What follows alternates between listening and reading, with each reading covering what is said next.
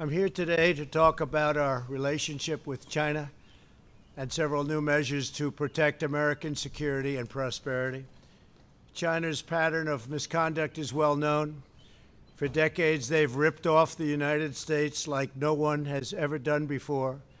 Hundreds of billions of dollars a year were lost dealing with China, especially over the years during the prior administration. China raided our factories, offshored our jobs, gutted our industries, stole our intellectual property, and violated their commitments under the World Trade Organization. To make matters worse, they are considered a developing nation, getting all sorts of benefits that others, including the United States, are not entitled to.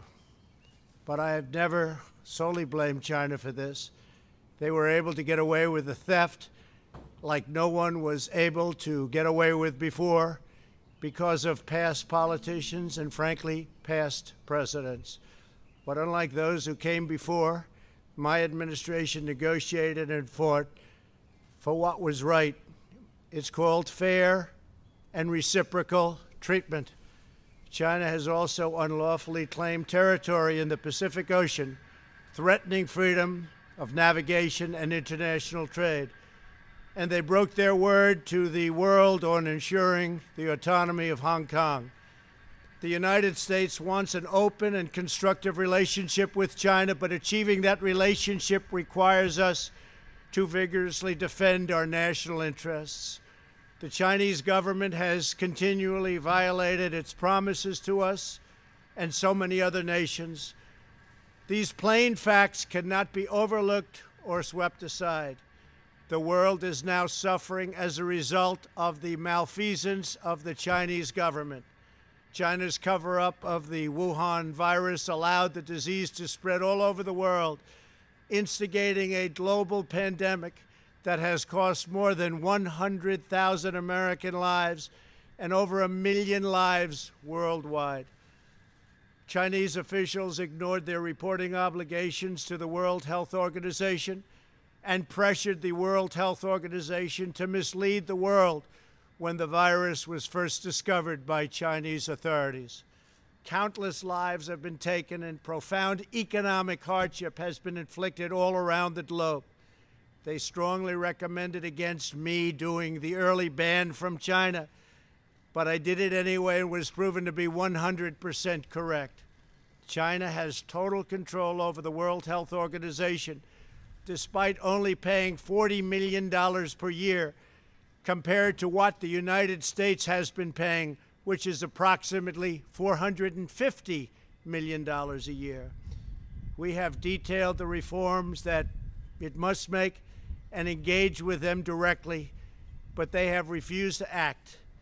Because they have failed to make the requested and greatly needed reforms, we will be today terminating our relationship with the World Health Organization and redirecting those funds to other worldwide and deserving urgent global public health needs. The world needs answers from China on the virus. We must have transparency. Why is it that China shut off infected people from Wuhan to all other parts of China? It went nowhere else. It didn't go to Beijing. It went nowhere else. But they allowed them to freely travel throughout the world, including Europe and the United States. The death and destruction caused by this is incalculable. We must have answers, not only for us, but for the rest of the world. This pandemic has underscored the crucial importance of building up America's economic independence, reshoring our critical supply chains, and protecting America's scientific and technological advances. For years, the government of China has conducted illicit espionage to steal our industrial secrets, of which there are many. Today, I will issue a proclamation to better secure our nation's vital university research and to suspend the entry of certain foreign nationals from China who we have identified as potential security risks. I am also taking action to protect the integrity of America's financial system, by far the best in the world. I am instructing my Presidential Working Group on Financial Markets to study the differing practices of Chinese companies listed on the U.S. financial markets with the goal of protecting American investors. Investment firms should not be subjecting their clients to the hidden and undue risks associated with financing Chinese companies that do not play by the same rules. Americans are entitled to fairness and transparency. Several of the most significant actions we're taking pertain to deeply troubling situations unfolding in Hong Kong. This week, China unilaterally imposed control over Hong Kong's security. This was a plain violation of Beijing's treaty obligations with the United Kingdom in the Declaration of 1984 and explicit provisions of Hong Kong's Basic Law. It has 27 years to go. The Chinese government's move against Hong Kong is the latest in a series of measures that are diminishing the city's long-standing and very proud status. This is a tragedy for the people of Hong Kong, the people of China, and indeed the people of the world. China claims it is protecting national security. But the truth is that Hong Kong was secure and prosperous as a free society. Beijing's decision reverses all of that. It extends the reach of China's invasive state security apparatus into what was formerly a bastion of liberty. China's latest incursion, along with other recent developments that degraded the territory's freedoms, makes clear that Hong Kong is no longer sufficiently autonomous to warrant the special treatment that we have afforded the territory since the handover. China has replaced its promised formula of one country, two systems with one country, one system.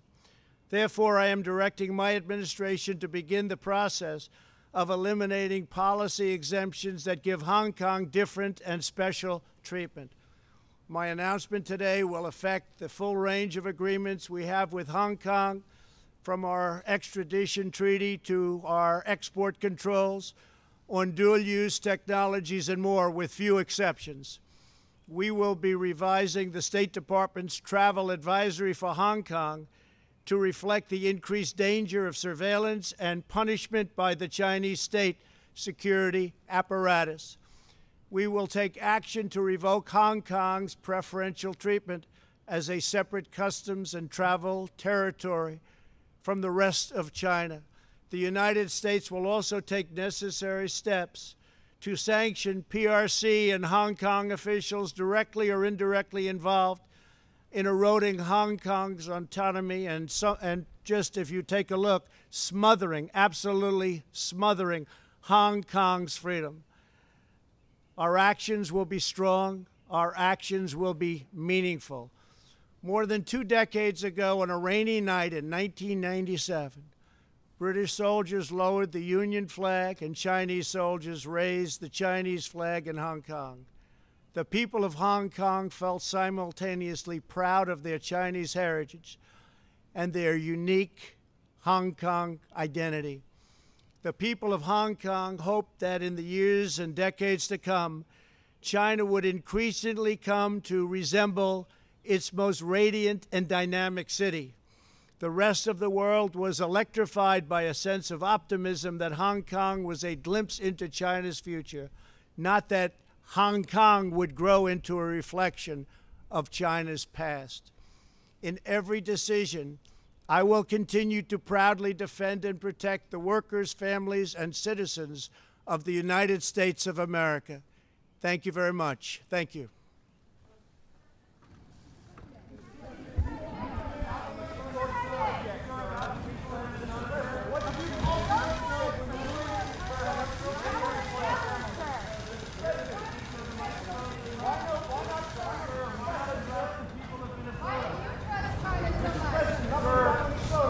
Why not address Minnesota, sir? Bill does the news conference.